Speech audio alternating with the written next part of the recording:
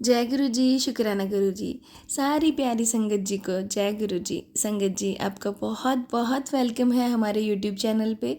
यहाँ आपको सुनाए जाते हैं गुरु जी के बहुत ही प्यारे और ब्लेस्ड भरे सत्संग। संगत जी, सत्संग को ज़रूर से लास्ट तक सुनिएगा, क्योंकि गुरु जी कहते हैं सत्संग सुनने वाले का भी भला, सत्संग करने वाले का भी भला और सत्संग सुनाने वाले का भी भला। तो संगत जी, हम पहले आपको कुछ बातें बताएंगे जो बहुत ज़रूरी हैं। जो गुरु जी की नई संगत है उनके लिए तो बहुत ज़्यादा ज़रूरी है, क्योंकि वो बहुत कंफ्यूज रहते हैं कि क्या करना है क्या नहीं करना है। उसके बाद हम सत्संग स्टार्ट करते हैं। संगत जी, जो मैं आपको बता रही हूँ 10 बातें, इनका आप ज़रूर से ध्यान रखिएगा। पहला कि गुरु जी का जो स्वरूप है वो आप मंदिर में कभी भी नहीं रखना है भगवान की फ़ोटो के साथ। गुरु जी का अलग से स्थान होना चाहिए, अलग से गद्दी होनी चाहिए। दूसरा, कभी कोई भी परेशानी आए तो गुरु जी कहते हैं मेरे स्वरूप से आके बातें कर, मुझे सबसे पहले अपनी परेशानियां बता, मेरा आशीर्वाद मेरी संगत के साथ हमेशा बना रहता है। तीसरा, एक लोटे पानी को गुरु जी के आगे रख दें, सुबह आधा लोटा पानी पी लें और बाकी का नहाने में मिला लें। आपकी काफ़ी समस्याएं दूर हो जाएंगी। वो कष्ट और रोग दूर करने में काफ़ी असरदार साबित होगा। चौथा संगत जी, दुख भरे गाने नहीं सुनने चाहिए। गुरुजी कहते थे कि उदास रहोगे तो नेगेटिविटी तुम्हें परेशान करेगी। उदास गाने अपने फ़ोन से डिलीट ही कर देने चाहिए। और जो पांचवा संगत जी, कि घर में कोई भी आपका जो है मांगलिक कार्य हो, जैसे कि शादी हो, कीर्तन हो, कुछ भी हो, तो सबसे पहले गुरुजी को आप निमंत्रण दें। गुरुजी के स्वरूप या मंदिर में हाथ जोड़कर उनको उस कार्यक्रम में पधारने का निमंत्रण दें, ताकि कार्यक्रम उनकी कृपा से शुभ बना रहे। संगत जी, अगला है, जब भी गुरु जी का सत्संग कराएं तो गाने बजाने का कार्यक्रम ज़रूर रखें। गुरु जी के मंदिर में जब भी उनकी उपस्थिति में सत्संग होता था तो खूब गाने लगाए जाते थे, सब डांस करते थे, लंगर प्रसाद खाते थे। गुरु जी कहते थे जितना खुश होगे उतनी मेरी ब्लेसिंग्स जल्दी काम करेंगी।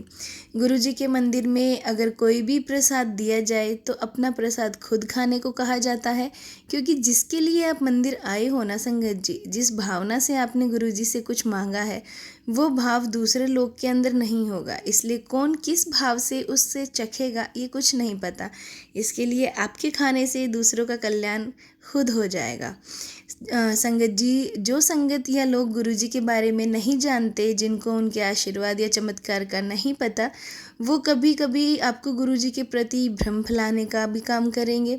हमें खुद देखना है कि हमें गुरु जी पर कितना विश्वास है, हमारे घर में उनकी कृपा कैसे काम कर रही है। दूसरों की बातों में आकर अपने कल्याण को कम ना करें। शहद वर्षा, ओम दिखाई देना, ये सब सच की घटनाएं हैं जो संगत को बार बार दर्शन देती हैं। इन्हें अंधविश्वास ना माने। जब आप भी मन से उन्हें याद करते हैं तो आपके घर में भी कुछ ऐसे चमत्कार देखने को ज़रूर मिलते हैं। हमें जो मिला है, जैसा मिला है, गुरु जी का शुक्राना करना चाहिए, उन पर भरोसा करना चाहिए और हमारे परिवार के लिए कल्याण का रास्ता गुरु जी अपने आप बना देंगे। शुक्राना हमेशा करते रहना चाहिए ताकि गुरु जी बुरा समय आने ही ना दें। संगत जी, ये कुछ बातें हैं जो हमें ध्यान रखनी है नई संगत को, क्योंकि पुरानी संगत तो गुरु जी से बहुत टाइम से जुड़ी है। जब गुरु जी अपने चौले में थे तो उन्हें तो सब पता है, बट जो नई संगत है वो थोड़ा सा जो है डाइवर्ट हो जाती हैं, उन्हें नहीं पता होता है। तो चलिए संगत जी, अब सत्संग स्टार्ट करते हैं हम एक आंटी जी का। संगत जी, ये सत्संग एक पुरानी संगत जी का है। तो चलिए संगत जी स्टार्ट करते हैं। संगत जी, ये तब की बात है जब गुरु जी का दरबार चंडीगढ़ में लगा हुआ था। सब लोग उनका आशीर्वाद लेने आए हुए थे। एक आंटी जी भी वहाँ पे आई थी। उनके हाथ में ना पहले से ही प्रसाद था। तो गुरुजी ने पूछा, आपके हाथ में क्या है? आंटी जी ने कहा, गुरुजी, हम गुरुद्वारे से होकर यहाँ आए हैं, ये वहीं का हलवे का प्रसाद है। तो गुरुजी ने कहा, मुझे नहीं खिलाओगे क्या? आंटी जी खड़ी हुई और पूरा हलवा प्रसाद का डोना गुरुजी को दे दिया। गुरुजी ने उसमें से थोड़ा सा खाया और बाकी जो प्रसाद था वो आंटी जी को वापस दे दिया कर दिया था। तो आंटी जी के साथ उनके हस्बैंड और बेटी भी आए हुए थे। गुरुजी ने उनकी बेटी से कहा, एक दिन तुझे डॉक्टर बन जाना है, तब हम सब आया करेंगे तुम्हारे पास। वो सब हैरान कि गुरुजी को कैसे पता कि उसका जो ड्रीम है वो डॉक्टर बनने का है। गुरुजी ने मुस्कुराते हुए कहा, अगर मैं कभी इलाज कराने आया तो पैसे तो नहीं देकर जाऊंगा, तुझे मेरा फ्री में ही इलाज करना होगा। सभी संगत उनकी इस बात पर हंस पड़े। डॉक्टर तो बनना ही था, लेकिन अंकल सोच में पड़ गए कि इसकी पढ़ाई का पैसा कहाँ से आएगा। कैसे डॉक्टर बनने के लिए एक अच्छा कोर्स करना होगा और उसके लिए अच्छे पैसे भी तो चाहिए ना संगत जी। परिवार घर वापस लौटा तो आंटी जी ने अंकल जी से कहा, अगर गुरुजी ने कह ही दिया कि इसकी पढ़ाई के लिए पैसों का इंतज़ाम हो जाएगा, आप टेंशन मत लेना, अब सब सही हो जाएगा। कुछ दिन ऐसे ही बीत गए और पूरे मन से जो है उनकी बेटी पढ़ाई करने लगी। अचानक पता चला कि अंकल को कंपनी से हटा दिया गया है। उनके साथ कई लोगों को यह कहकर हटा दिया कि कंपनी लॉस में चल रही है। जब परिवार में आंटी और उनकी बेटी को ये पता चला तो वो सब शॉक्ड हो गए। अब पैसों की दिक्कत ना केवल बेटी की पढ़ाई की थी, बल्कि अब खाने पीने का भी उनको सोचना पड़ता था। अंकल और आंटी दोनों ने मिलकर एक छोटा सा ढाबा खोला और उसका नाम रख दिया गुरुजी दा ढाबा। गुरुजी की कृपा हुई और ढाबा अच्छा चलने लगा। 3-4 हेल्पर भी रख लिए। ढाबा अब होटल बन गया और वही हुआ जो गुरुजी ने कहा था। लड़की का डॉक्टर बनने का सपना पूरा हुआ।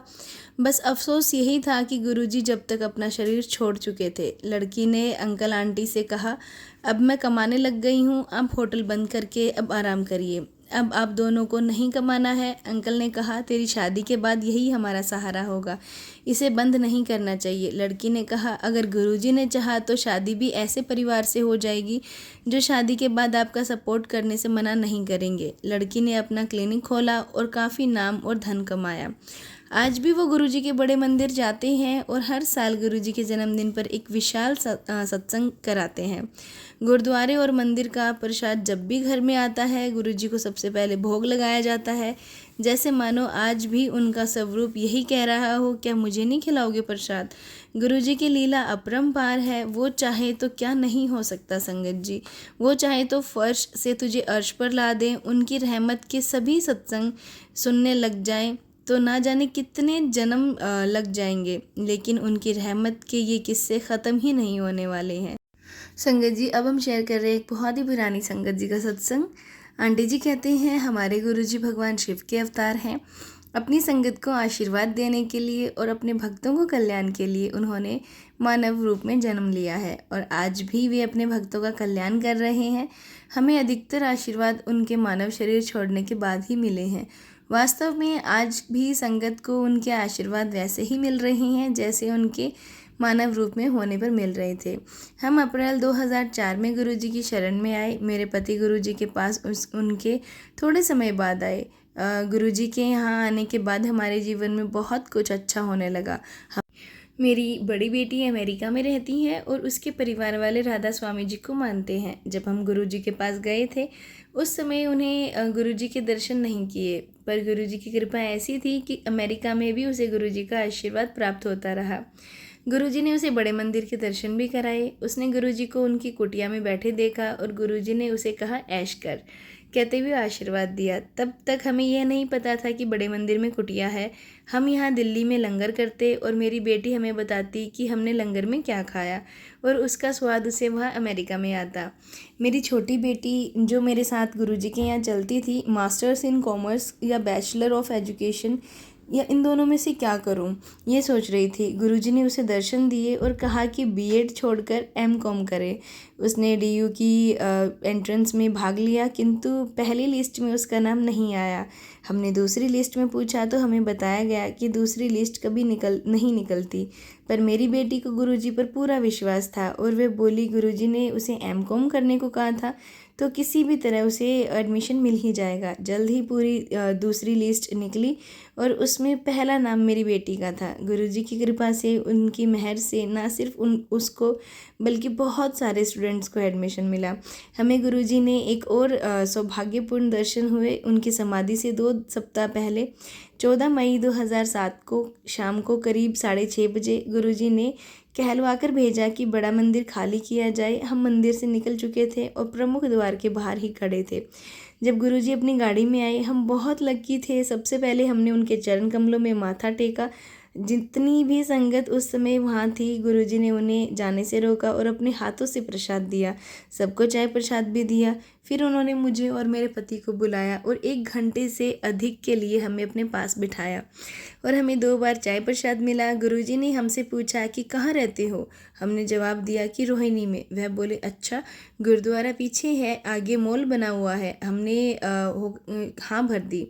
फिर गुरुजी ने मेरे पति से उनकी नौकरी के बारे में पूछा। मेरे पति बोले कि उन्होंने अपनी इच्छा से मतलब आर्मी में जॉब ली है। गुरुजी ने इसका कारण पूछा तो मेरे पति ने जवाब दिया कि उन्हें कहीं और भेजा जा रहा था। गुरुजी बोले, सारे कमले हो गए ने की लोड़ थी भी आरसी लेन दी, आंटी तेरा नाम में नौकरी करने, सब पागल होते जा रहे हैं, क्या आवश्यकता है VRC एस लेने की? आंटी तुम्हारा नाम क्या है, तुम्हें नौकरी करनी है, ऐसे उन्होंने बोला। तो मैंने जवाब दिया, नहीं गुरुजी। गुरुजी हमें आशीर्वाद देते रहे। उन्होंने पूछा, मेरी बड़ी बेटी कहाँ रहती है? उनके पति का परिवार भारत पर कहाँ रहता है और वे भारत के आने की कब सोच रहे हैं? उस समय उन्हें भारत आने के लिए कठिनाइयों का सामना करना पड़ रहा था और उन्हें यह भी नहीं पता था कि भारत आने के बाद वे वापस जा पाएंगे या नहीं। गुरुजी ने उनके आने के बारे में पूछकर उनकी कठिनाइयाँ दूर कर दी। फिर गुरुजी ने मेरी छोटी बेटी के बारे में पूछा।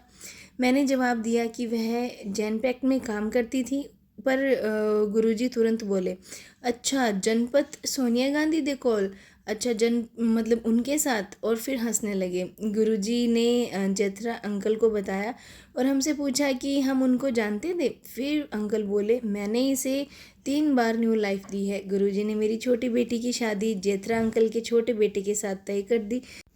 बहुत ही धूमधाम से संगत जी हमने शादी करी। एक रात मेरे पति ने देखा कि उनकी डेथ हो गई है और यमलोक के दूत उन्हें ले जा रहे थे। तब गुरुजी आए और उनके हाथ से रोशनी की एक किरण निकलकर मेरे पति के चेहरे पर पड़ी और वो जीवित हो उठे। संगत जी, अब मैं अपने सत्संग को यहीं विराम देती हूँ। संगत जी, ये थे सत्संग जो कि हमारे साथ शेयर हुए हैं। आप भी अपने सत्संग शेयर कर सकते हैं। तो चलिए संगत जी, मिलते हैं अगले सत्संग में। जब तक के लिए जय गुरु जी, शुक्राना गुरु जी।